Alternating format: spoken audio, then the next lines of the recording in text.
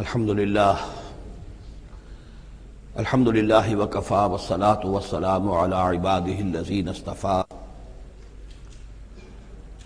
خصوصا علی افضلہم وخاتم النبیین محمد الامین وعلی آلہ وصحبہ اجمعین اما بعد فقد قال اللہ تبارک وتعالی کما ورد فی سورۃ الحجر اعوذ باللہ من الشیطان الرجیم بسم اللہ الرحمن الرحیم وَلَقَدْ جَعَلْنَا فِي السَّمَاءِ بُرُوجًا وَزَيَّنَّاهَا لِلنَّاظِرِينَ وَحَفِظْنَاهَا مِنْ كُلِّ شَيْطَانٍ رَجِيمٍ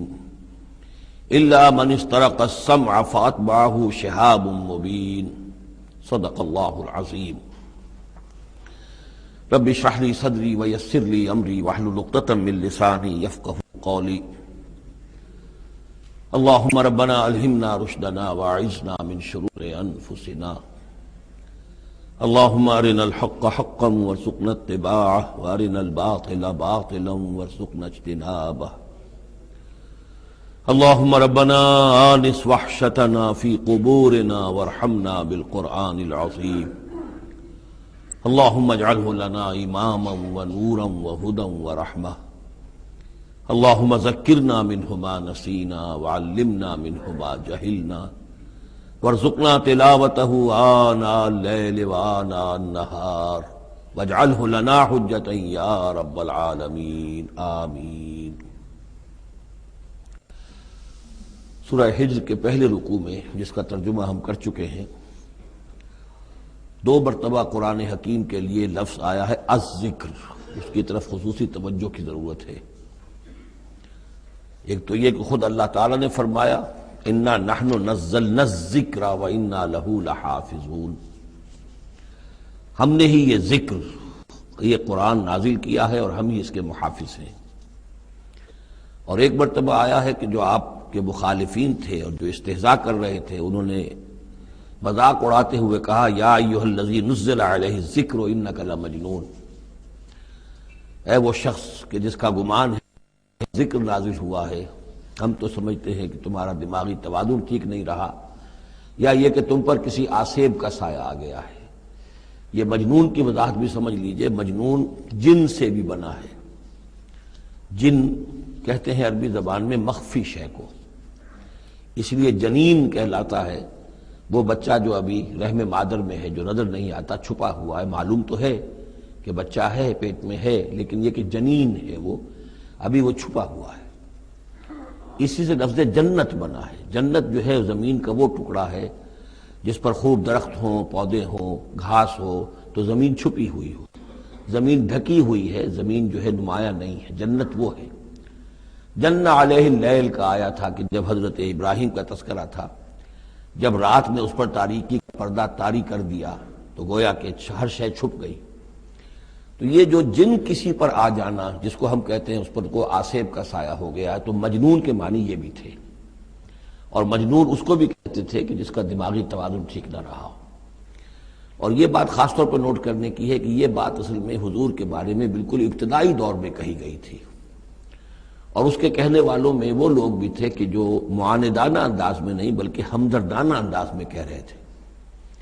یعنی بالکل شروع میں جب حضور نے دعویٰ کیا نبوت کا اور فرمایا کہ اس طرح میں تھا وہاں غار حرا میں، اور وہاں فرشتہ آیا ہے، جبرائیل آیا ہے، تو بہت سے لوگوں کو گمان ہوا کہ معلوم ہوتا ہے کہ کوئی بدروح، کوئی آسیب کا سایہ ہو گیا ہے انہیں۔ تو اس حوالے سے اس میں صرف مخالفت ابھی نہیں تھی، بلکہ اس میں ان کے لیے واقعتاً ایک بالکل چونکہ نئی بات تھی، لہٰذا یہ کہنے کا معاملہ جو ہے اس پہلو سے بھی تھا کہ اچھے بھلے آدمی تھے، ہم سوچتے تھے کہ واقعی یہ کئی دن جا کے مراقبے کرتے ہیں، اب یہ رہتے ہیں وہاں غار میں اکیلے تنہا دن رات، تو کہیں کچھ ہو نہ جائے تو معلوم ہوتا کچھ ہو گیا ہے، تو کوئی نہ کوئی جنون کا عارضہ ہو گیا ہے یا جن کا سایہ ہو گیا ہے۔ تو اس لفظ کو بھی سمجھ لیجئے، اور جو بتانا تھا وہ یہ ہے کہ سورہ نون جو کہ بالکل ابتدائی دور میں نازل ہوئی ہے، جس کا نام سورہ قلم بھی ہے، 29ویں پارے کی دوسری سورت، اس میں بھی یہی بات جو ہے کہی گئی ہے۔ اسی کے حوالے سے میں آپ کو بتا رہا ہوں کہ یہ سورہ مبارکہ جو ہے بالکل ابتدائی دور کی صورتوں میں سے ہے، اسی مشابہت کی وجہ سے۔ قرآن مجید کا ذکر ہونا اس معنی میں ہے، کئی مرتبہ واضح کر چکا ہوں کہ قرآن کا فلسفہ یہ ہے کہ جو ایمانی حقائق ہیں، خاص طور پر اللہ کی ذات کا علم اور اس کی صفات کا علم، وہ روح انسانی کے اندر موجود ہے، بس صرف اس پر ظہول کا پردہ طاری ہو گیا۔ جیسے آپ کو کوئی چیز پہلے معلوم تھی، اب یاد نہیں رہی، معلوم تھی لیکن اب بھول گیا۔ بھولنے کا مطلب کیا ہے کہ وہ آپ کی یادداشت کے ذخیرے میں کہیں نیچے اتر گئی ہے۔ وہ حافظ خانہ جو ہے، ہر انسان کی میموری جو ہے، اب اس کے نہ معلوم کتنے تہخانے ہیں، ان میں کسی نچلے تہخانے میں جا کر چھپ گئی ہے، وہ آپ کے شعور کی سطح پر نہیں ہے۔ تو کوئی چیز جس کا اس سے تعلق ہو، وہ اگر سامنے آئے گی تو فوراً وہ چیز یاد آ جائے گی۔ ایک دوست سے سالہ سال ہو گئے ملاقات نہیں ہوئی، کبھی خیال بھی نہیں آیا، بھول گئے آپ اس کو، لیکن اچانک کبھی اس نے کوئی رومال آپ کو دیا تھا، کوئی قلم دیا تھا، آپ نے ٹرنک میں رکھا ہوا تھا، ٹرنک کھولا، وہ قلم یا رومال دکھائی دیا، فوراً دوست یاد آ گیا۔ تو یہ قلم یا یہ رومال جو ہے، یہ آیت ہے، یہ نشانی ہے، اس نشانی سے آپ کو ایک بھولی بسری بات یاد آ گئی۔ اسی طرح یہ آیات آفاقیہ، آیات انفسیہ، آیات قرآنیہ، یہ آیات ہیں، نشانیاں ہیں یاد دلانے کے لیے، تاکہ اللہ یاد آ جائے۔ حقیقت میں اللہ تعالیٰ کا علم اور اللہ کی معرفت سوئی ہوئی ڈورمنٹ پوزیشن میں، ڈورمنٹ کنڈیشن میں ہماری روح میں موجود ہے۔ تو الذکر، دی ریممبرنس یا دی ریمائنڈنگ، یہ اصل میں وہ چیزیں کہ جو روح انسانی کے اندر موجود ہیں، لیکن جن پر ظہول کے اور نسیان کے پردے پڑ گئے ہیں، ان پردوں کو ہٹا کر تازہ کرنا۔ وَلَقَدْ جَعَلْنَا فِي السَّمَاءِ بُرُوجًا، اور ہم نے آسمان میں برج بنائے۔ یہ بھی ابھی ہم نہیں کہہ سکتے کہ ان کی اصل حقیقت کیا ہے، یہ بھی آیات متشابہات میں سے شمار ہوں گے۔ وَزَيَّنَّاهَا لِلنَّاظِرِينَ، اور ہم نے اسے مزین کر دیا ہے آسمان کو اور برجوں کو دیکھنے والوں کے لیے، جو بھی ستارے نظر آتے ہیں، کیا رنگا رنگ نقشہ آسمان پر نظر آتا ہے۔ وَحَفِظْنَاهَا مِن كُلِّ شَيْطَانٍ رَجِيمٍ، البتہ اب یہ وہ بات ہے جو ایمان بالغیب کے حوالے سے ہمیں ماننی ہوگی کہ ان ستاروں کا ایک کام یہ بھی ہے کہ اللہ تعالیٰ نے ان کو گویا کہ پہرے کی جگہیں بنایا ہے، ہم نے حفاظت کی ہے ان کی ہر شیطان رجیم سے، جو بھی شیطان مردود ہے اس کی طرف سے حفاظت کا یہ سارا سامان ہے کہ جو آسمانوں میں کیا گیا ہے۔ اب اس کے لیے آج میں چاہتا ہوں کہ وہ بات آپ سمجھ لیں اچھی طرح، کہ جیسے آپ آگے آ بھی جائے گا کہ انسانوں کی تخلیق جو ہے وہ تو یوں سمجھیے اس کائنات کے تخلیق کے اعتبار سے بڑی ریسنٹ شے ہے، بڑی ماضی قریب کی بات ہے۔ انسانوں سے بہت پہلے جنات پیدا کیے گئے تھے، جنات سے بہت پہلے ملائکہ پیدا کیے گئے تھے، اور انسانوں کی ارواح بھی اسی دور میں پیدا کی گئی جبکہ یہ ملائکہ پیدا کیے گئے تھے۔ تو جتنی مخلوقات کو ہم جانتے ہیں، بہت سی مخلوقات اب بھی ایسی ہوگی کہ جس کا ہمیں کوئی شعور نہیں، ادراک نہیں، ہم جانتے ہی نہیں۔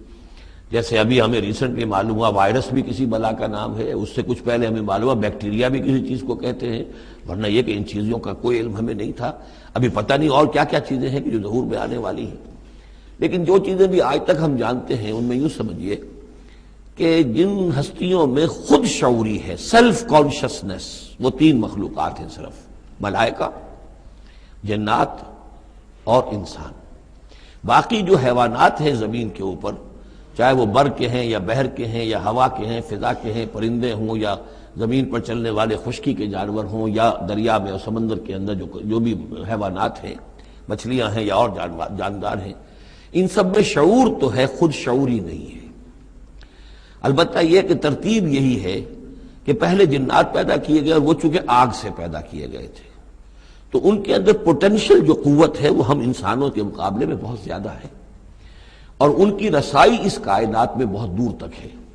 بس میرا یہ گمان ہے، باقی چیزیں تو میں خاص وثوق سے کہہ رہا ہوں، لیکن میرا گمان یہ ہے کہ جو سولر سسٹم ہے، چونکہ ہماری اس پوری جو ہماری یہ فیملی ہے، یہ خاندان ہے، جو یہ سولر سسٹم ہے، سورج کا کنبہ کہلاتا ہے، تو اس کا جو منبع سرچشمہ ہے وہ سورج ہے،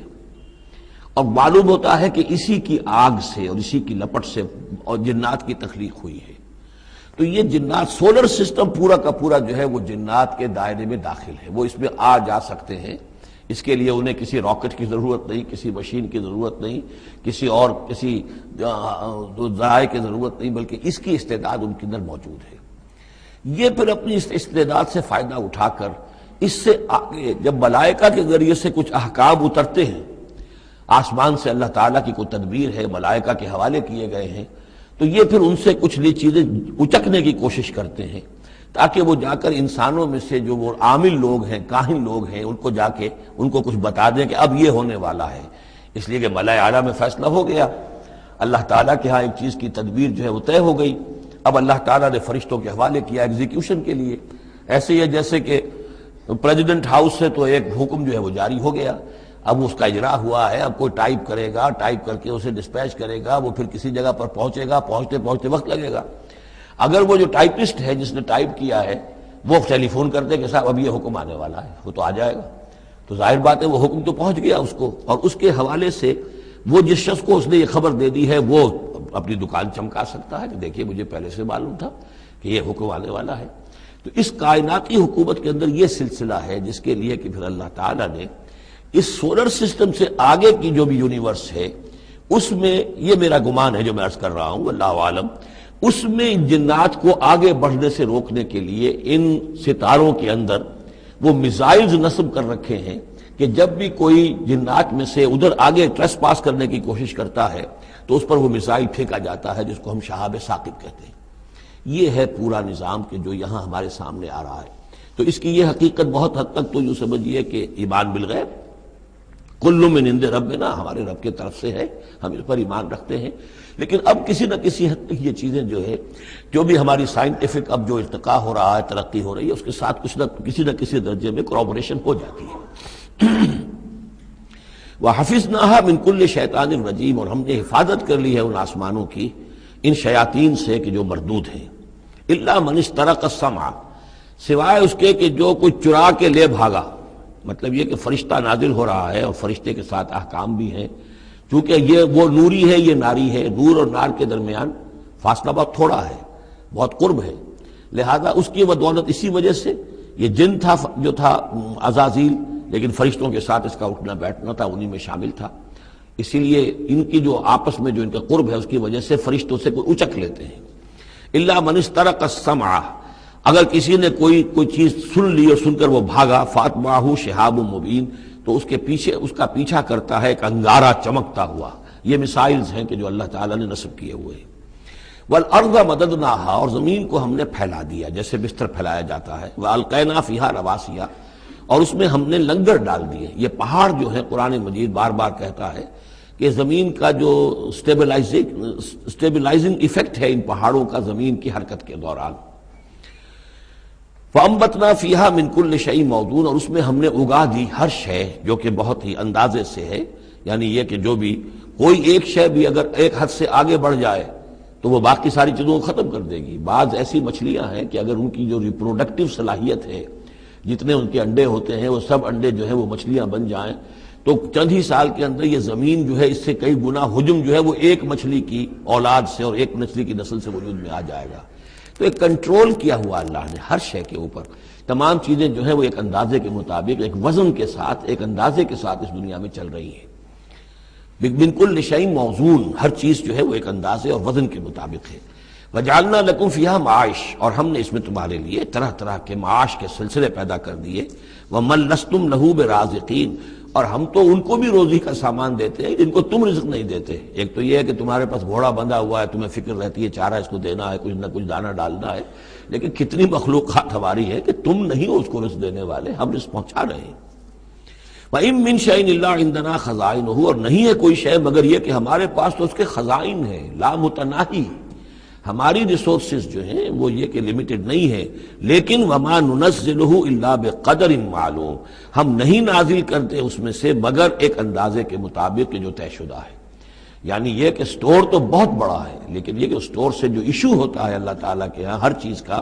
تو اس کا ایشو ہونا جو ہے وہ اندازے کے مطابق ہے، ایک حساب کتاب کے ساتھ ہے، ورنہ جیسا کہ میں نے کہا کیوس ہو جائے۔ وارسلنا الرياح لواقحا، اور ہم نے بھیج دی ہوائیں، ہم بھیج دیتے ہیں ہوائیں جو بوجھل ہوتی ہیں یا بوجھل کرنے والی ہوتی ہیں۔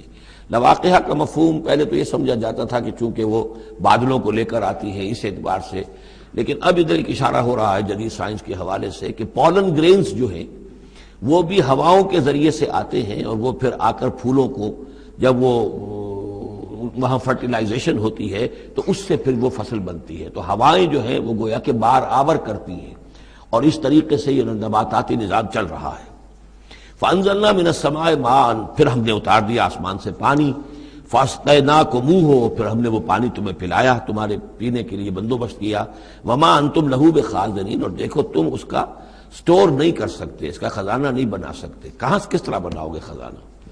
واقعہ یہ ہے کہ یہ جو واٹر سائیکل ہے اس دنیا میں، یہ بھی اللہ تعالیٰ کے عظیم، یعنی سمجھیے کہ کرشموں میں سے اور اللہ کے معجزات میں سے بہت بڑا معجزہ ہے کہ یہ جو ہمارے پہاڑوں کے اوپر اتنے بڑے بڑے گلیشیئرز ہیں، یہ کیا ہے؟ یہ واٹر سٹوریج ہے، ٹینکس ہے۔ یہیں سے تو پانی ہے جو آ رہا ہے نیچے،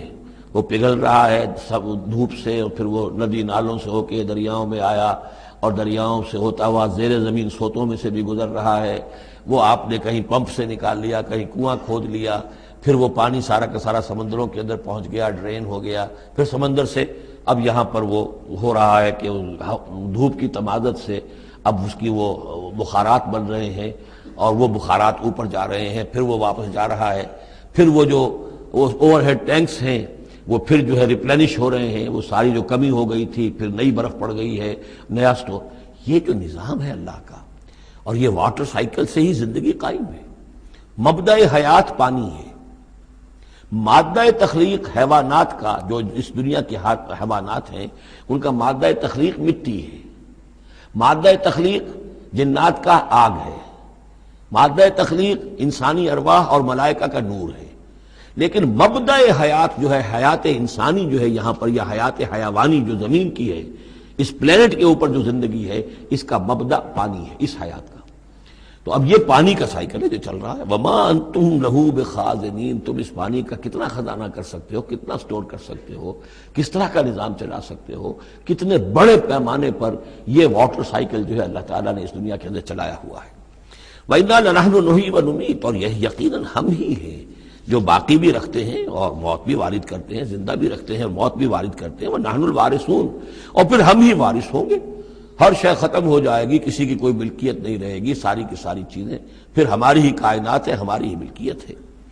وَلَقَدْ عَلِمْنَا الْمُسْتَقْدِمِينَ مِنْكُمْ وَلَقَدْ عَلِمْنَا الْمُسْتَأْخِرِينَ، ہمارے علم میں سے ہے کون لوگ تم میں سے آگے بڑھیں گے۔ اب دیکھیے چونکہ ابتدائی زمانے کی صورت ہے یہ، اب کون لوگ ہوں گے جو آگے بڑھ کر قرآن کو سینے سے لگائیں گے، کون لوگ ہوں گے جو محمد کی دعوت پر لبیک کہیں گے، یعنی جو ہم پڑھ چکے ہیں سورہ توبہ میں، السابقون الاولون من المہاجرین والانصار والذین اتبعوہم بإحسان، یہ کون لوگ ہوں گے ہمیں معلوم ہے۔ ہم تو پہلے سے جانتے ہیں کہ ابو بکر ایک لمحے کی دیر نہیں لگائے گا، ہمیں معلوم ہے کہ عثمان کو ایک کچھ زیادہ وقت نہیں لگے گا، ہمیں معلوم ہے کہ ابو بکر کی تبلیغ سے یہ طلحہ اور زبیر اور عبد الرحمن ابن عوف اور سعید ابن زید اور یہ سب لوگ جو ہے ایمان لے آئیں گے، اور ہمیں یہ بھی معلوم ہے کون پیچھے رہ جائے گا، وہ بھی ہمیں معلوم ہے۔ وَلَقَدْ عَلِمْنَا الْمُسْتَقْدِمِينَ مِنْكُمْ وَلَقَدْ عَلِمْنَا الْمُسْتَأْخِرِينَ وَإِنَّ رَبَّكَ هُوَ يَحْشُرُهُمْ، اور پھر آپ کا رب ان سب کو جمع کرے گا۔ إِنَّهُ حَكِيمٌ عَلِيمٌ، یقیناً وہ کمال حکمت والا اور علم رکھنے والا ہے۔ اب جو اگلا رکوع آ رہا ہے سورہ مبارکہ کا، یہ اس اعتبار سے بڑا اہم ہے کہ اس میں تخلیق انسانی کے ضمن میں ایک بڑی ثقیل اصطلاح استعمال ہوئی ہے، اور یہ ثقیل اصطلاح 3 مرتبہ آئی ہے۔ اب ظاہر بات ہے کہ قرآن مجید جو ہے اگر اس طرح کی کوئی شکل اختیار کرتا ہے تو کوئی نہ کوئی حکمت اور ضرورت اس کی پشت پر ہوتی ہے۔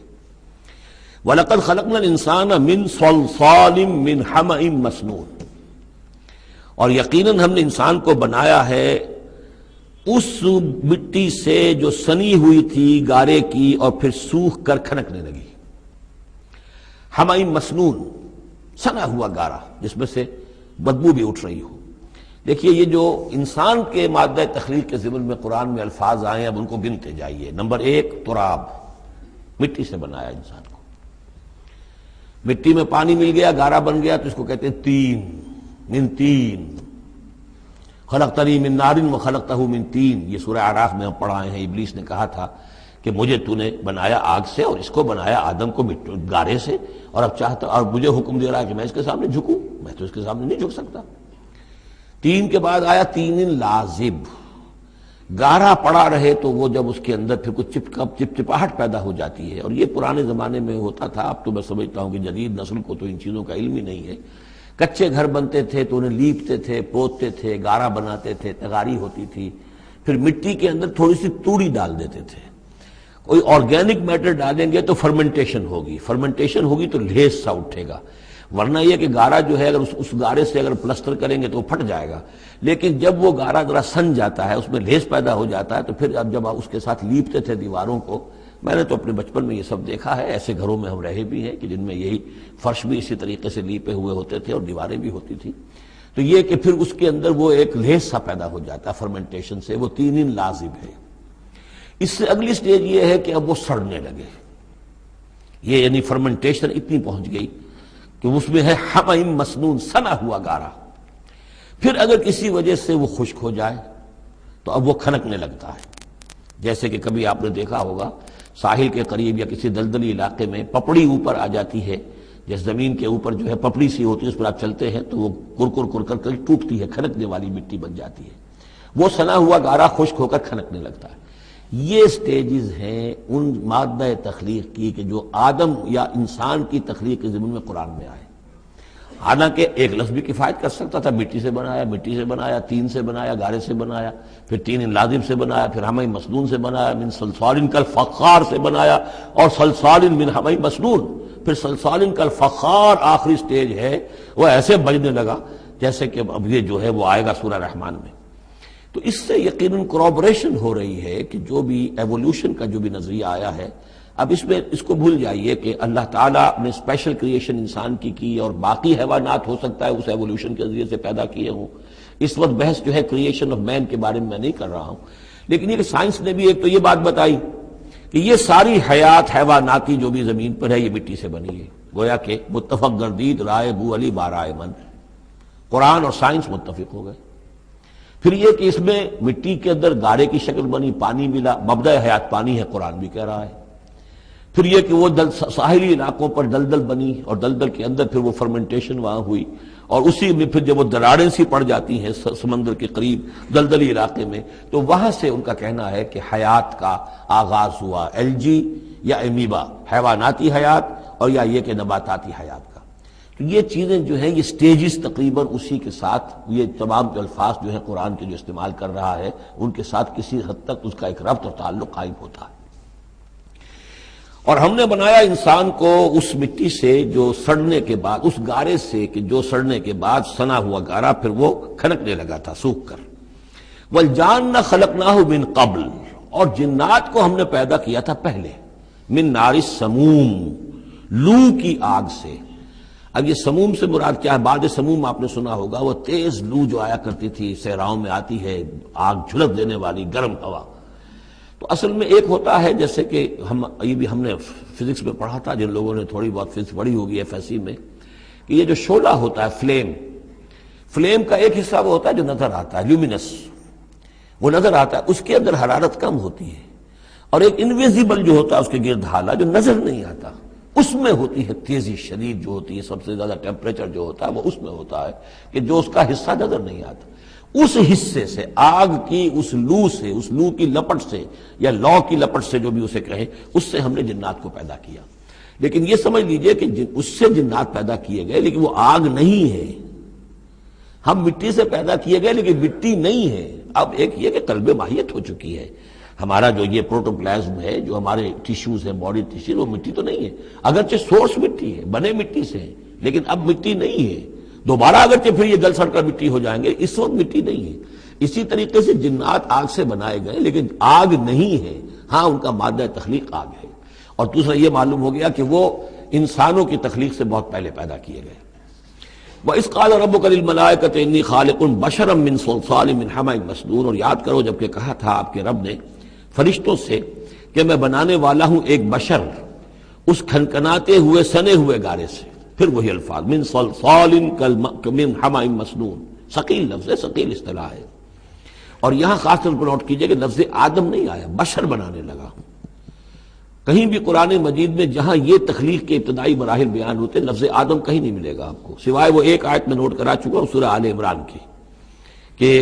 عیسیٰ کی مثال بھی اللہ کے نزدیک آدم کی سی ہے، خلقہ من تراب ثم قال له کن فیکون، وہ ایک مثال موجود ہے، لیکن باقی کہیں آپ کو بشر، انسان، جب میں بنانے والا ہوں ایک انسان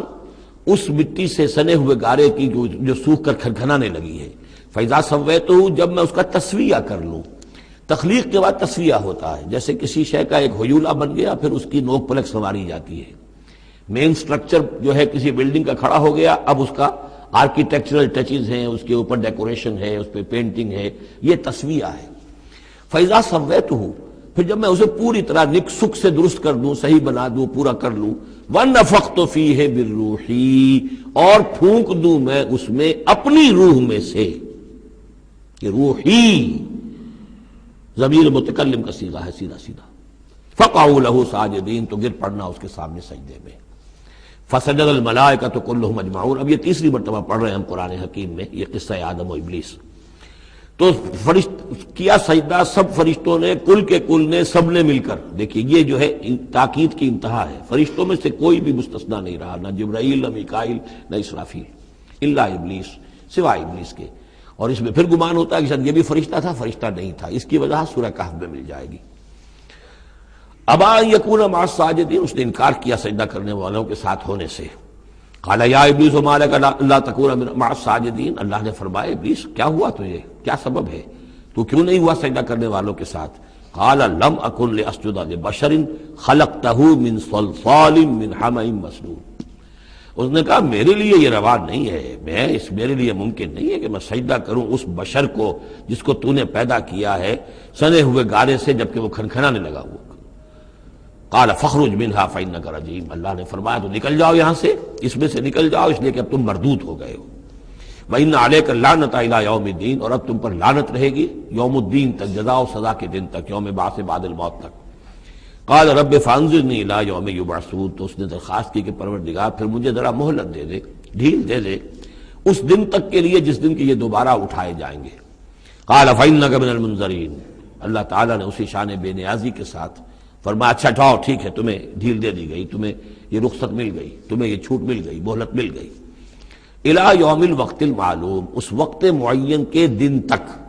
یعنی یہ کہ اس وقت تک تم زندہ رہو گے. وہ ابلیس جو ہے جن، ویسے جنوں کی زندگیاں شاید انسانوں سے زیادہ ہوتی ہوں، میں نہیں جانتا کتنی ہوتی ہیں، لیکن یہ کہ کوئی اور جن نہیں ہے کہ جو اس وقت سے آج تک زندہ ہو سوائے اس ایک جن کے جس کا نام عزازیل تھا.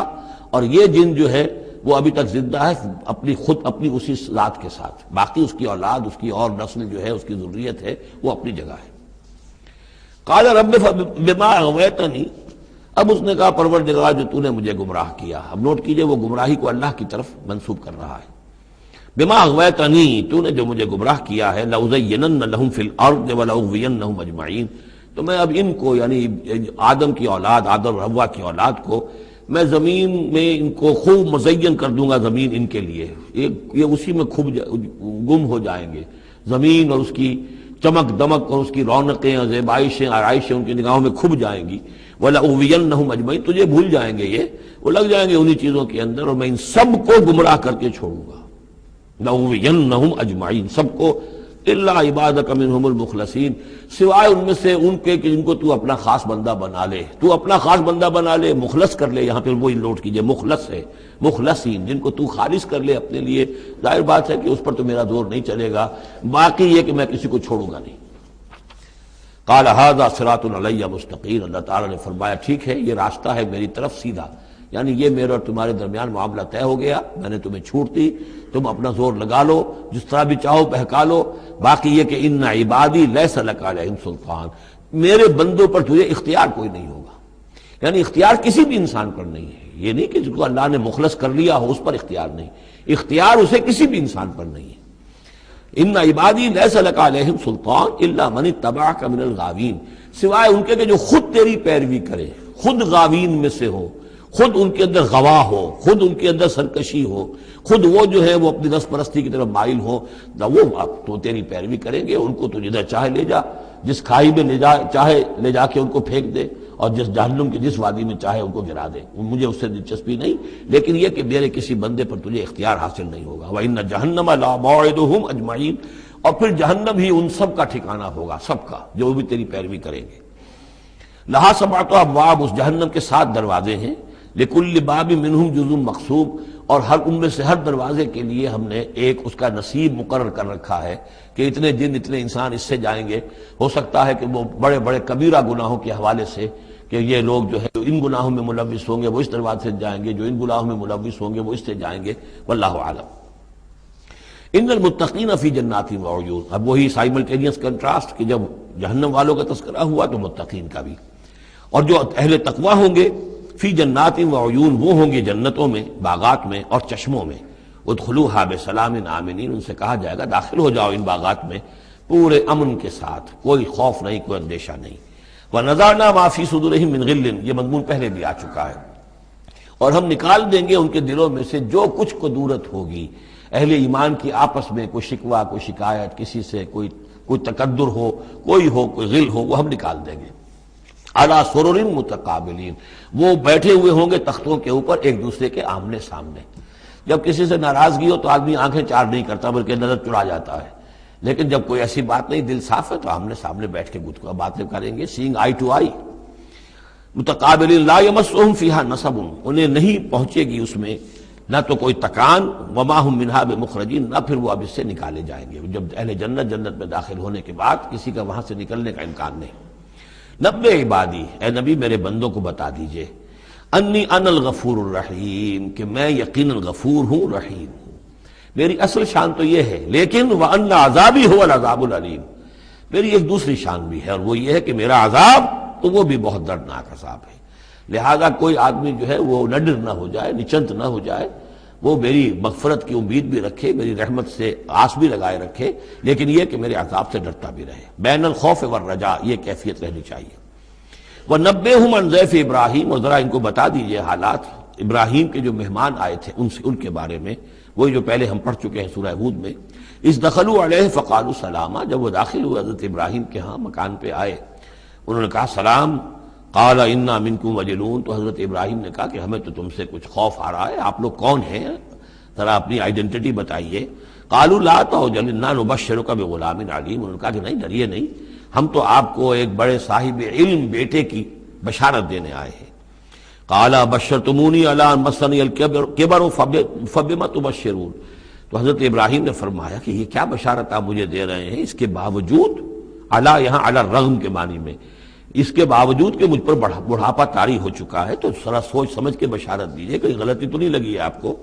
قالوا بشرناک بالحق، ان کا نہیں، ہم نے بشارت آپ کو دی ہے حق کے ساتھ، قطعی اور حقیقی بات ہے، شدنی امر ہے، یہ ہو کر رہنے والا ہے۔ فلا تکن من القانتین، تو اے ابراہیم آپ تو پھر نا امید لوگوں میں سے تو نہ ہو جائیے، مایوس نہ ہو جائیے۔ قال ومن یقنط من رحمت ربہ الا الضالون، تو حضرت ابراہیم نے کہا کہ ہاں یہ بات تو آپ صحیح کہہ رہے ہیں، اللہ تعالیٰ کی رحمت سے مایوس تو صرف وہی ہو سکتے ہیں جو گمراہ ہوں۔ یہ اللہ کی قدرت، اللہ کی رحمت، عین بڑھاپے میں اللہ مجھے اولاد دے دے، 87 برس کی عمر میں بیٹا دے دے، جیسے اس نے حضرت یحییٰ کی والدہ کو، جو کہ بالکل بانجھ رہی ساری عمر، اور حضرت زکریا جو ہیں بہت بوڑھے ہو چکے تھے، اسی طریقے سے معاملہ یہاں بھی ہوا ہے۔ قال فما خطبکم ایھا المرسلون، اب انہوں نے پوچھا کہ اے فرشتادو، اے جو بھیجے گئے ہو، ایلچی ہو، تمہارا کیا معاملہ ہے، یعنی کس قدر جا رہے ہو، کیا قصد ہے، کیا ارادہ ہے۔ قالوا انا ارسلنا الى قوم مجرمین، انہوں نے کہا کہ ہمیں بھیجا گیا ہے ایک مجرم قوم کی طرف، الا آل لوط، سوائے آل لوط، لوط کے گھر والوں کو، اس کے گھر والوں کو تو ہم بچا لیں گے، انا لمنجوہم اجمعین، ان سب کو ہم بچا لیں گے، نجات دیں گے، الا امرأتہ، اس میں بھی ایک استثناء ہے، سوائے اس کی بیوی کے، قدرنا انہا لمن الغابرین، ہم نے یہ اندازہ کر لیا ہے، یہ اندازہ ہے کہ وہ جو ہے پیچھے رہنے والوں میں سے ہوگی۔ قالوا بل جئناک بما فلما جاء آل لوط المرسلون، تو جب یہ لوط کے گھر پہنچے یہ فرشتادے بھیجے ہوئے اللہ کی طرف سے ایلچی جو آئے تھے، قال انکم قوم منکرون، وہی بات حضرت لوط نے فرمائی کہ آپ لوگ کچھ اجنبی سے لوگ ہیں، میں آپ کو جانتا نہیں، آپ کون لوگ ہیں، کہاں سے تشریف لائے ہیں۔ قالوا بل جئناک بما كانوا فيه يمترون، ان کا نہیں بلکہ ہم تو وہ شے لے کر آئے ہیں آپ کے پاس جس کے بارے میں یہاں کے رہنے والوں کو شک تھا۔ آپ جب کہتے تھے کہ تم باز نہیں آؤ گے، ان خبیث فعل کو نہیں ترک کرو گے، شرک سے باز نہیں آؤ گے، تو تم پر اللہ کا عذاب آئے گا، یہ اس میں شک کرتے تھے، مذاق اڑاتے تھے۔ اب وہ شے ہم لے کر آئے ہیں۔ وَأَتَيْنَاكَ بِالْحَقِّ وَإِنَّا لَصَادِقُونَ، اب ہم اللہ تعالیٰ کے آخری فیصلے کے ساتھ، قطعی اور شدنی فیصلے کے ساتھ آئے ہیں، اور ہم سچے ہیں، جو بات ہم کہہ رہے ہیں وہ درست ہے۔ فَأَسْرِ بِأَهْلِكَ بِقِطْعٍ مِّنَ اللَّيْلِ، تو آپ اپنے گھر والوں کو لے کر نکل جائیے رات کے ایک حصے میں کہ ابھی رات باقی ہو، صبح ہونے سے پہلے پہلے نکل جائیے، وَاتَّبِعْ أَدْبَارَهُمْ، اور آپ بھی ان کے پیچھے پیچھے جائیے، وَلَا يَلْتَفِتْ مِنْكُمْ أَحَدٌ، اور کوئی آپ میں سے پیچھے مڑ کر اب دیکھے نہیں، یعنی کوئی دوستی، کوئی یاد آ رہی ہو، کوئی تعلقات اب جو ہے وہ ستا رہے ہوں دل کو، وَامْضُوا حَيْثَ تُؤْمَرُونَ، اور اب چلے جائیے وہاں جہاں آپ کو حکم ہوا ہے، وَقَضَيْنَا إِلَيْهِ، اور یہ بات ہم نے اس کو بتا دی، یہ فیصلہ ہم نے کنوے کر دیا اسے، ذالک الامر، یہ فیصلہ، ان دابر ہؤلاء مقطوع مصبحین، کہ ان لوگوں کی جڑ صبح ہوتے ہی کاٹ دی جائے گی، یعنی یہ کہ اس پوری قوم کو تہس نہس کر دیا جائے گا، دونوں شہر جو ہیں نسیہ منسیہ کر دیے جائیں گے، یہاں کوئی ایک متنفس بھی نہیں بچے گا۔ وجاء اہل المدینہ یستبشرون، اور اب آئے لوگ وہ دوڑے ہوئے بدماش لوگ جو ہیں وہ خوشیاں مناتے ہوئے آئے کہ بڑے خوبصورت لڑکے جو ہیں آج مہمان ہو کر آئے ہیں لوط کے ہاں، تو ہمارے لیے بڑا اچھا موقع ہے۔ قال ان هؤلاء ضیفی فلا تفضحون، حضرت لوط نے ان سے کہا یہ دیکھو میرے مہمان ہیں، مجھے رسوا نہ کرو، واتقوا اللہ ولا تخزون، اللہ کا تقوی اختیار کرو اور میری بے آبروئی مت کرو۔ قالوا اولم ننهک عن العالمین، انہوں نے کہا کہ دیکھو لوط، ہم نے تمہیں تمام جہان والوں سے روکا ہوا نہیں ہے کہ تم ٹھیکہ مت لو کسی کا، ہم جس کے ساتھ جو چاہیں کریں، تم کون ہوتے بیچ میں آنے والے، تم کو ٹھیکیدار بن گئے ہو پوری دنیا کے۔ اولم ننہک، کیا ہم نے منع کیا تمہیں، نہیں کیا تمہیں کہ تمام جہان والوں کی حمایت میں نہ کھڑے ہو جایا کرو۔ قال ہؤلاء بناتی ان کنتم فاعلین، ان کا ہی میری بیٹیاں حاضر ہیں، اگر تمہیں کچھ کرنا ہی ہے تو یہ کہ بہرحال اللہ تعالیٰ نے تمہارے لیے جو جوڑے بنائے ہیں تو وہ تو عورتیں ہیں، تو وہ ہے، میں عرض کر چکا ہوں، اس سے مراد یہ بھی لی گئی ہے کہ میری قوم کی جو یہ بیٹیاں ہیں تمہارے گھروں میں پڑی ہیں جن کو تم نے چھوڑا ہوا ہے، اصل میں تو تمہارے لیے اللہ تعالیٰ نے وہ فطری راستہ بنایا تھا، یا یہ کہ انہوں نے اتمام حجت کے لیے، جس کو کہتے ہیں پنجابی میں برے کو گھر پہنچانا، یا آخری بات بھی کہی ہو کہ میں ایسا ہی اگر کوئی معاملہ ہے تو کوئی دو بڑے سردار جو ہیں انہیں کہا ہو کہ میں اپنی بیٹیوں کا نکاح تم سے کیے دیتا ہوں، تمہیں اگر کوئی اس طرح کی کوئی حاجت ہے، لعمرک انہم لفی سکرتہم یعمہون، تو انہوں نے کہا، یہ اللہ تعالیٰ کی طرف سے ہے، قسم ہے تیری جان کی، وہ لوگ تو اپنے اس نشے کی حالت میں بدمست تھے اور بالکل اندھے ہو گئے تھے، عین میم ہے والا ہے، یہ دل کے اندھے ہو چکے تھے۔ فاخذتہم الصیحۃ مشرقین، تو پھر انہیں آ پکڑا ایک چنگھاڑ نے اجالا ہونے کے وقت۔ مشرق، یہ مشرق نہیں ہے مشرق ہے، مشرق ہے اجالے کی جگہ، صبح جہاں سے نکلتی ہے وہ مشرق ہے، شرق کے معنی جو ہے اصل میں وہ روشنی ہے، تو اسی سے یہ مشرقین، صبح ہونے کا وقت، سورج نکلتے وقت جب اجالے کا وقت ہوا تو ان کو ایک چنگھاڑ نے آ پکڑا۔ فجعلنا عالیہا سافلہا، تو ہم نے اس کے اوپر والے حصے کو نچلا بنا دیا، یعنی تل پٹ کر دیا، وہ گری، پوری بستی جو ہے وہ اٹھا کر پٹک دی گئی کہ چھتیں نیچے اور اس کی جو بنیادیں تھیں وہ اوپر۔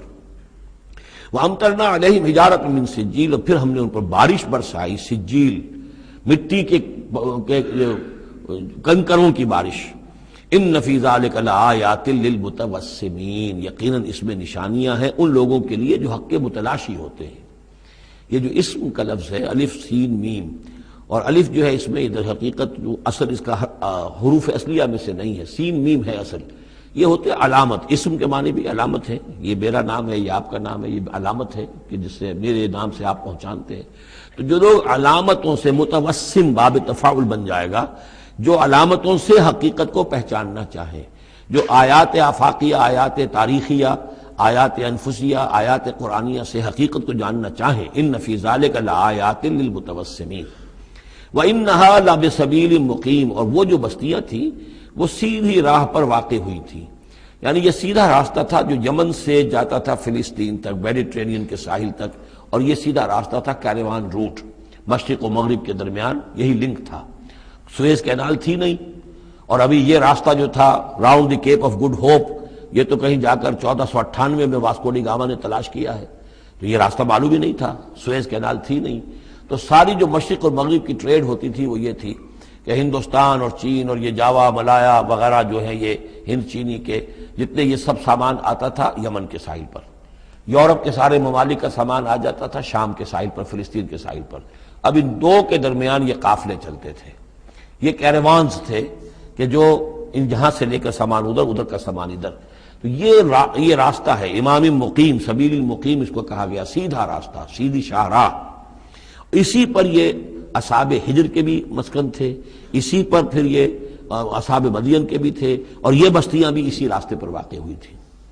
ان فی ذلک لآیۃ للمؤمنین، یقیناً اس میں نشانی ہے اہل ایمان کے لیے، وان کان اصحاب الایکۃ لظالمین، اسی طریقے سے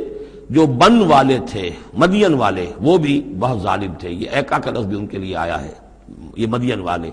فانتقمنا منہ، یہاں پہ صرف تذکرہ ہو رہا ہے، یہاں تذکرہ آپ نے دیکھا کہ صرف حضرت لوط علیہ السلام کا ہوا ہے اس انباء الرسل کے انداز میں، باقی حضرت ابراہیم کا تذکرہ ہو گیا ہے وہ وہی ہے قصص النبیین کے انداز میں، باقی یہاں پر جو تذکرے ہو رہے ہیں یہ بھی صرف ذکر ہے، یہ انباء الرسل کا ذکر ہے،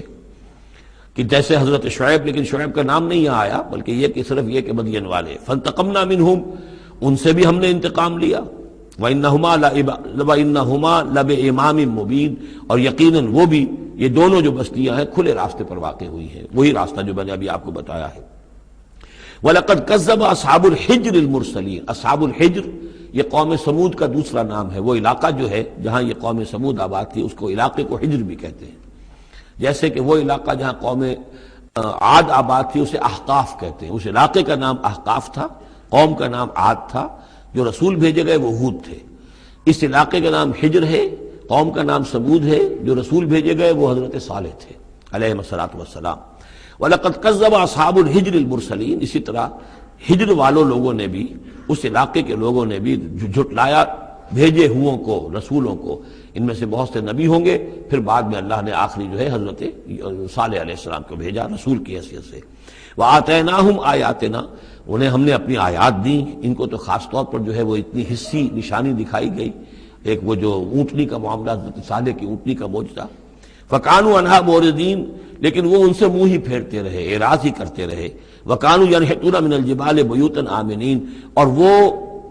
پہاڑوں کو تراش کر اپنے لیے بڑے امن والے گھر بناتے تھے، یہ گھر آج بھی موجود ہیں، میں خود بھی ایک مرتبہ گیا ہوں اور دیکھ کر آیا ہوں اس پورے علاقے کو۔ فَأَخَذَتْهُمُ الصَّيْحَةُ مُصْبِحِينَ، تو انہیں بھی آ پکڑا ایک چنگھاڑ نے صبح کے وقت، فَمَا أَغْنَىٰ عَنْهُمْ مَا كَانُوا يَكْسِبُونَ، تو کچھ نہ کام آ سکا ان کے وہ ساری کمائی جو انہوں نے کی تھی، جو کچھ انہوں نے مال اسباب جمع کیا تھا، عذاب الہی سے بچانے میں کچھ بھی مفید ثابت نہ ہوا۔ تو اس سورہ مبارکہ میں گویا کہ حضرت شعیب کا نام لیے بغیر ان کا ذکر آ گیا، حضرت صالح کا نام لیے بغیر ان کا ذکر آ گیا، حضرت لوط کا ذکر جو ہے وہ نام کے ساتھ آیا، تو تین تو ہیں وہ انباء الرسل میں سے، اور ایک حضرت ابراہیم علیہ السلام کا ذکر وہ اسی انداز میں جس انداز میں کہ سورہ ہود میں اس سے پہلے آ چکا ہے۔ اب جو آخری 15 آیات ہیں اس سورہ مبارکہ کی وہ بڑی اہم ہیں دعوت دین کے اعتبار سے، اور جس حالت میں کہ اس وقت محمد رسول اللہ صلی اللہ علیہ وسلم تھے، اور اس سے بھی آپ کو معلوم ہو جائے گا کہ یہ خاص اس دور میں نازل ہوئی ہے جبکہ حضور کی دعوت جو ہے ابھی ابتدائی مراحل میں تھی، اور ابھی آپ کو پہلے تو آپ کی دعوت کا دور تھا کہ آپ پرسن ٹو پرسن دعوت دے رہے تھے، علل اعلان اس معنی میں نہیں، ڈنکے کی چوٹ نہیں، بلکہ جن سے تعلق تھا، جن سے دوستی تھی، جن سے پرانی واقفیت تھی، جسے آپ کہیں گے کہ پرسن ٹو پرسن جو ہے دعوت چل رہی تھی، اگرچہ کوئی دور بھی حضور کی دعوت میں انڈر گراؤنڈ دور کا نہیں آیا ہے، خفیہ دعوت ایک دن کے لیے بھی نہیں۔ بعض لوگ اس دور میں بعض تحریکیں ایسی ہیں کہ جو اس کو خفیہ سے تعبیر کرتے ہیں کہ انڈر گراؤنڈ موومنٹ تھی، تو یہ غلط ہے۔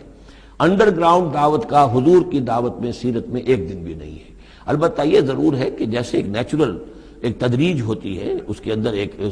ترقی ہوتی ہے کسی معاملے کے اندر، پہلے آپ نے ذاتی جن سے تعلقات تھے، حضرت ابوبکر بہت پرانے دوست تھے، ان سے سب سے پہلے ان سے بات کی ہے، گھر میں حضرت خدیجہ جو آپ کی اہلیہ تھی ان سے بات کی، حضرت علی ہیں جو چچا زاد بھائی ہیں بلکہ زیر تربیت ہیں، زیر کفالت ہیں، ان سے بات کی ہے، اپنا جو غلام تھا جسے آزاد کر کے منہ بولا بیٹا بنایا ہوا ہے اس سے بات کی، اس طریقے سے پرسن ٹو پرسن۔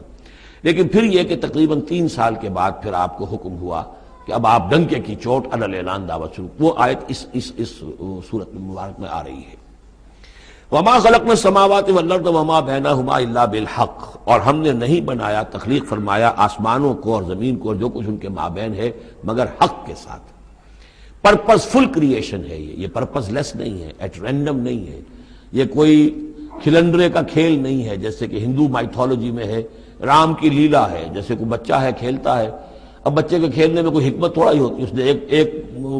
کھلونا اٹھایا اور پٹخ دیا، پھر کوئی دوسرا اٹھایا پھر پٹخ دیا، پھر پہلا اٹھا لیا، اب اس میں کوئی حکمت تو نہیں ہے۔ اسی طریقے سے رام جی جو ہیں کھیل رہے ہیں، جس کو چاہتے ہیں تخت سے اٹھا کر زمین پہ پٹخ دیتے ہیں، جس کو چاہتے ہیں وہ جو تیلی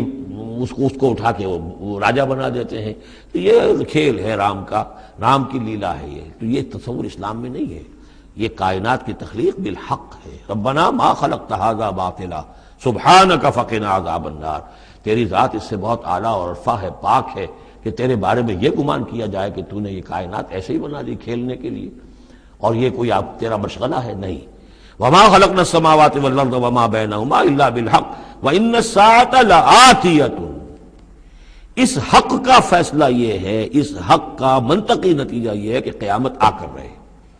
اس لیے کہ باقی تمام چیزیں تو انسانوں کے لیے پیدا کی گئی ہیں، ان کی ساری توجہ یہی ہو جائے گی انسان کاہے کے لیے پیدا کیا گیا، اور خاص طور پر انسان میں جو اخلاقی حس رکھی گئی ہے. By very nature, by his very nature he knows this is good, this is evil.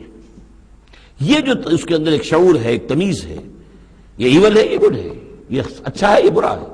اب اس کا نتیجہ کیا نکل رہا ہے؟ یہاں تو الٹے نتیجے نکلتے ہیں. بہت سے اچھے لوگ جو ہیں انہیں فاقے آ رہے ہوتے ہیں، اور بہت بدماش جو ہیں وہ یہاں پہ عیش کر رہے ہوتے ہیں. تو یقیناً کوئی اور زندگی ہونی چاہیے، اور یقیناً کوئی دن ہونا چاہیے کہ جس میں بھرپور حساب کتاب ہو جائے، نیکوکاروں کا حساب کتاب ہو جائے، اور پھر ان کی زندگی ایسی ہو کہ بھرپور صلہ انہیں ان کا مل سکے، اور بدکاروں کی بدکاریوں کا حساب کتاب ہو جائے، اور پھر ایسی زندگی ہو، ایسا نظام ہو کہ انہیں پوری سزا مل سکے. تو یہ گویا کہ حق کا تقاضا ہے. وما خلقنا السماوات والارض وما بینہما الا بالحق وان الساعۃ لآتیۃ. قیامت آ کر رہے گی. فاصفح الصفح الجمیل. تو اے نبی آپ ذرا ابھی خوبصورتی کے ساتھ درگزر سے کام لیجئے. یعنی یہ کہ یہ مجرم کہیں بھاگ کے نہیں چلے جائیں گے، ہماری پکڑ سے نکل نہیں جائیں گے. قیامت آئے گی، یہ کیفر کردار کو پہنچ جائیں گے. ابھی آپ ذرا تحمل کیجئے، صبر سے کام لیجئے. فاصفح الصفح الجمیل. ابھی ہماری مرضی اس میں ہے کہ ہم ان کی رسی دراز کریں. یہ جو کچھ کہہ رہے ہیں برداشت کر لیجئے، سن لیجئے، سنا انسنا کر دیجئے. یہ جو آپ صبر کریں گے اس سے آپ کے درجات بلند ہوتے چلے جائیں گے. لیکن فوری طور پر آپ کے دل میں اگر یہ خیال پیدا ہونے بھی لگے بربنائے طبع بشری کے انہیں سزا ملنی چاہیے، یہ بدبخت مجھے کیا کہہ گیا، ابھی یہ مجھے پاگل کہہ گیا، اور یہ مجھے جو ہے ساحر کہہ گیا یا مسحور کہہ گیا. نہیں. فاصفح الصفح الجمیل. ابھی ذرا آپ خوبصورتی کے ساتھ چشم پوشی کیجئے، نظر انداز کیجئے. ان ربک هو الخلاق العلیم. یقیناً آپ کا رب جو ہے وہ وہی ہے جو پیدا کرنے والا ہے، خلاق ہے، اور ظاہر بات ہے جس نے پیدا کیا ہے وہ جانتا بھی ہے. سورہ ملک میں ہم پڑھیں گے الا یعلم من خلق وهو اللطیف الخبیر. کیا اسی کے علم میں نہیں ہوگا جس نے پیدا کیا ہے؟ وہ تو جانتا ہے ہر شے کو. اب یہ گھڑی جس نے بنائی ہے اسے تو معلوم ہے اس میں کون کون سا پرزہ ہے، کہاں کہاں ہے، اس کے اپنے ہاتھ کا اس کے اندر جو ہے ٹکایا گیا ہے. میں واقف نہیں ہوں اس کے اندر کیا کچھ ہے، لیکن گھڑی کا بنانے والا تو جانتا ہے. الا یعلم من خلق. کیا وہی نہ جانے گا جس نے پیدا کیا؟ وهو الخلاق العلیم. وہ تو خلاق اور علیم ہے. وَلَقَدْ آتَيْنَاكَ سَبْعًا مِنَ الْمَثَانِي. دل جوئی کے لیے حضور سے فرمایا، اور ہم نے آپ کو دی ہیں وہ 7 آیتیں جو آپ کا وظیفہ ہیں. دوہرا دوہرا کر پڑھتے رہا کیجئے، دوہرا دوہرا کر پڑھتے رہا کیجئے. اس پر تقریباً اجماع ہے امت کا کہ اس سے مراد ہے سورہ فاتحہ. 7 آیتیں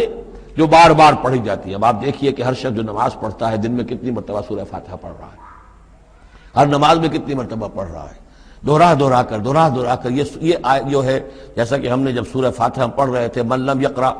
بفاتحۃ الکتاب لا صلاۃ لمن لم یقرأ بفاتحہ، اس کی کوئی نماز ہی نہیں ہے. نماز کا جزو لازم ہے. بلکہ قسمت الصلاۃ بینی و بین عبدی نصفین والی حدیث میں نے آپ کو سنائی، حدیث قدسی، تو وہ تو اصل الصلاۃ ہے ہی سورہ فاتحہ. والقرآن العظیم. اور یہی بڑا قرآن ہے. یعنی یہ اپنی اہمیت کے اعتبار سے، اپنی فضیلت کے اعتبار سے خود اپنی جگہ پر سورہ فاتحہ ایک قرآن عظیم کا درجہ رکھتی ہے. اسی لیے اس کو اساس القرآن بھی کہا، اس کو کافیہ بھی کہا، شافیہ بھی کہا گیا. یہ ام القرآن بھی ہے. وَلَقَدْ آتَيْنَاكَ. اے نبی ہم نے اتنی بڑی بڑی دولتیں آپ کو دی ہیں. یہ کیوں گنایا جا رہا ہے یہ ذرا آگے آپ کو معلوم ہو جائے گا. کیونکہ بہرحال حضور کو یہ احساس ہوتا تھا یا نہیں ہوتا تھا، دیکھنے والوں کو تو احساس ہوتا تھا. ابو جہل مالدار ہے، ولید بن مغیرہ اتنا بڑا چودھری ہے، یہ محمد تو یتیم تھے، کوئی بال دولت ان کے پاس نہیں، کوئی ان کی حیثیت نہیں. ہاں کچھ عرصے سے کچھ کھا پی بھی رہے ہیں تو وہ بیوی کا مال ہے، اپنا تو نہیں ہے. یہ ان کی نگاہوں میں جو ان کے معیارات تھے، جو ان کے اندازے تھے سوچنے کے، وہ تو یہ تھے. اس حوالے سے یہاں بظاہر حضور سے خطاب ہے، لیکن اصل میں ان کو بتایا جا رہا ہے کہ بدبختو تمہیں کیا معلوم ہم نے ان کو کتنی بڑی دولت دی ہے. وَلَقَدْ آتَيْنَاكَ سَبْعًا مِنَ الْمَثَانِي وَالْقُرْآنَ الْعَظِيمِ. ہم نے ان کو وہ 7 آیتیں عطا کی ہیں. ایک حدیث کے مطابق جیسی آیت نہ قرآن میں اتری کوئی اور اس کے مثل، اور نہ تورات میں نہ انجیل میں. یہ سورہ فاتحہ ہے۔ وَلَقَدْ آتَيْنَاكَ سَبْعًا مِنَ الْمَثَانِي وَالْقُرْآنَ الْعَظِيمَ وَلَا تَمُدَّنَّ عَيْنَيْكَ إِلَىٰ مَا مَتَّعْنَا بِهِ أَزْوَاجًا مِّنْهُمْ۔ تو اے نبی آپ کی نگاہیں نہ اٹھیں اس ساز و سامان کی طرف جو ہم نے ان کو عطا کیا ہے۔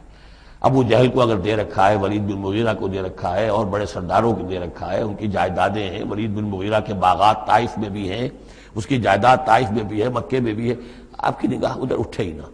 پر کاہ کے برابر، جیسا کہ ایک حدیث میں آتا ہے کہ دنیا مافیہا کی حیثیت اگر اللہ کی نگاہ میں ایک مچھر کے پر کے برابر بھی ہوتی تو اللہ کسی کافر کو ایک گھونٹ پانی بھی اس دنیا سے نہ دیتا۔ جو اللہ کا ماننے والا اور جاننے والا، اللہ کو جاننے والا ہو تو اس کی نگاہ میں تو پھر اس دنیا و مافیہا کی وہی وقت ہونی چاہیے، وہ متاثر نہ ہو یہاں کی چمک دمک سے، آپ کی نگاہ اٹھے ہی نہ۔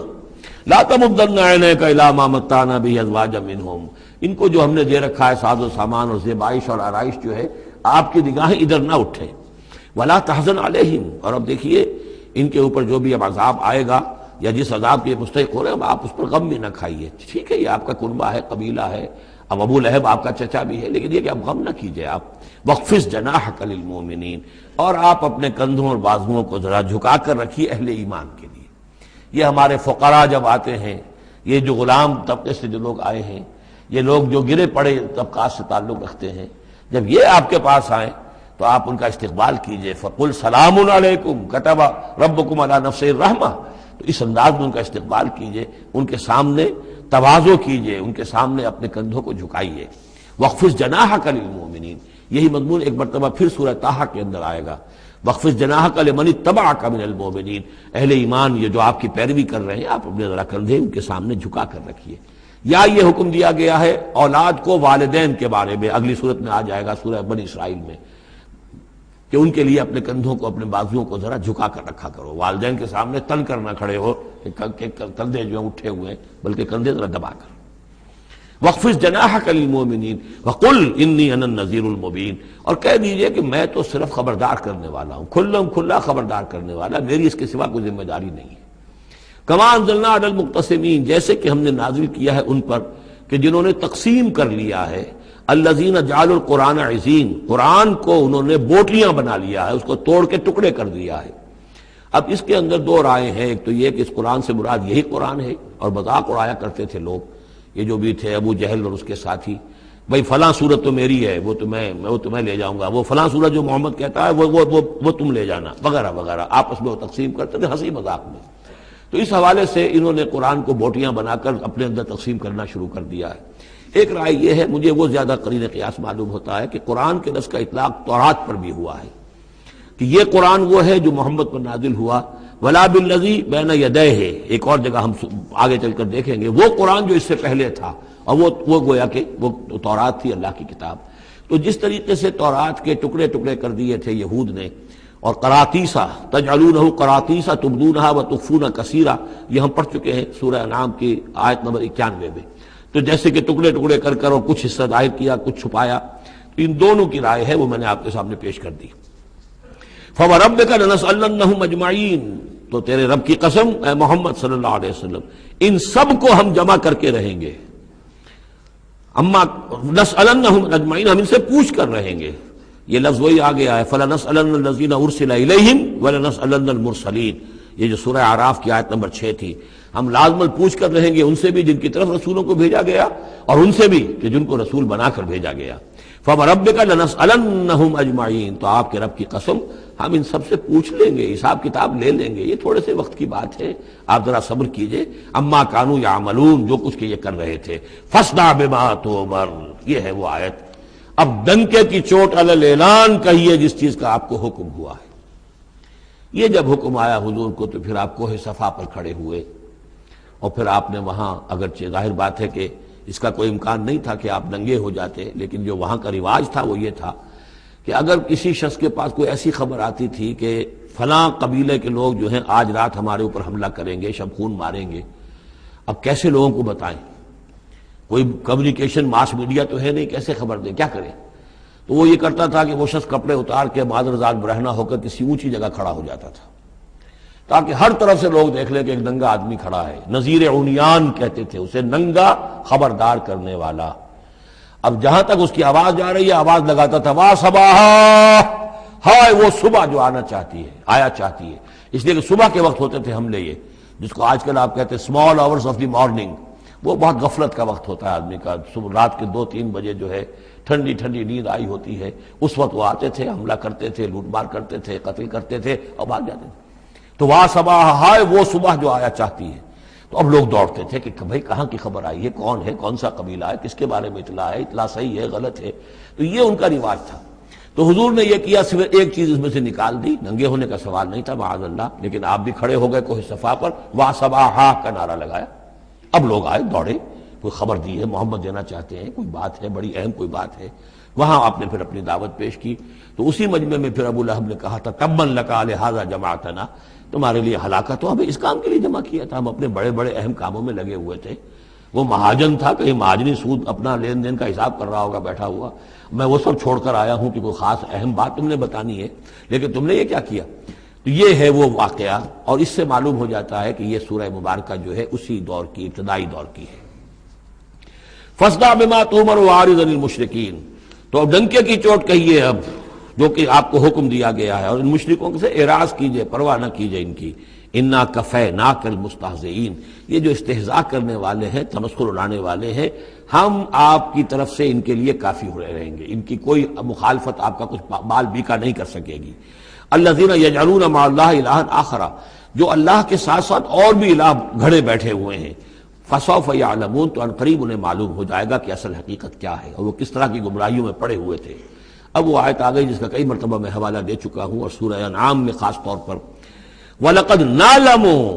اے نبی ہمیں خوب معلوم ہے، اَنَّكَ يَضِيقُ صَدْرُكَ بِمَا يَقُولُونَ، کہ جو کچھ یہ لوگ کہہ رہے ہیں اس سے آپ کا سینہ بھجتا ہے۔ کسی نے پاگل کہہ دیا، کسی نے مجنون کہہ دیا، آصیب کا سایہ آ گیا، کوئی ہمدردی کے انداز میں آ کے کہتا ہے۔ عتبہ ابن ربیعہ ایک دفعہ آیا، کیونکہ وہ بزرگ تھا، خاندان کا معمر آدمی تھا، بھتیجے میرے بڑے تعلقات ہیں عاملوں سے بھی، کاہنوں سے بھی، واقعی اگر کوئی تم پر کوئی سایہ ہو گیا ہے، کوئی بری روح کوئی آ گئی ہے تو مجھے بتا دو، میں بلا کے لے آؤں گا، علاج کرا دوں گا تمہارا۔ اب کوئی کچھ کہہ رہا ہے، کوئی کچھ کہہ رہا ہے، کسی نے کہا شاعر ہے، کسی نے کہا کہ ایک انہوں نے غلام پکڑ کے رکھا ہوا ہے، عجمی غلام، اسے کمرے میں بند کیا ہوا اپنے گھر کے اندر، اور وہ عالم ہے بہت بڑا جو پورے پچھلی کتابوں کا جاننے والا، اس سے ڈکٹیشن لیتے ہیں اور پھر آ کر ہم پر دھونس جماتے ہیں کہ یہ اب وہی آئی ہے۔ تو یہ ساری باتیں سنتے تھے حضور صلی اللہ علیہ وسلم، تو آپ کو تکلیف پہنچتی تھی، کوفت ہوتی تھی۔ وَلَقَدْ نَعْلَمُ، اے نبی یہ نہ سمجھیے کہ ہمیں اندازہ نہیں ہے کہ آپ کو کوفت ہو رہی ہے، آپ کو تکلیف ہو رہی ہے، آپ کا سینہ بھیجتا ہے۔ وَلَقَدْ نَعْلَمُ أَنَّكَ يَضِيقُ صَدْرُكَ بِمَا يَقُولُونَ، کہ جو کچھ یہ لوگ کہہ رہے ہیں اس سے آپ کا سینہ بھیجتا ہے۔ فَسَبِّحْ بِحَمْدِ رَبِّكَ، بس اپنے رب کے حمد میں اور تسبیح میں لگے رہیے، تسبیح کیجئے اپنے رب کی حمد کے ساتھ، اسی سے آپ کے دل کو سکون ہوگا، اطمینان ہوگا، اسی سے یہ کہ آپ کے لیے استقامت اور صبر کے راستے جو ہیں وہ کھلتے چلے جائیں گے۔ وَقُم مِّنَ السَّاجِدِينَ، اور سجدہ کرنے والوں میں ہو جائیے، آپ سجدہ کیجئے، تسبیح کیجئے، حمد کیجئے، اپنے رب کے ساتھ تعلق مع اللہ ہے کہ جو ان تمام سختیوں کو آپ کے لیے آسان کر دے گا۔ جتنا اللہ سے اپنے اس قلبی اور ذہنی رشتے کو مضبوط سے مضبوط تر بنائیں گے، اتنی ہی یہ تمام چیزیں جو ہیں آپ پر ہلکی ہوتی چلی جائیں گی۔ وَاعْبُدْ رَبَّكَ حَتَّىٰ يَأْتِيَكَ الْيَقِينُ، اور اپنے رب کی بندگی میں، پرستش میں لگے رہیے یہاں تک کہ وہ یقینی بات آ جائے۔ اور وہ یقینی بات کیا ہے؟ جو یقینی شے ہے، شدنی ہے، موت، یعنی یہ کہ تا دم آخر دم فارغ مباش،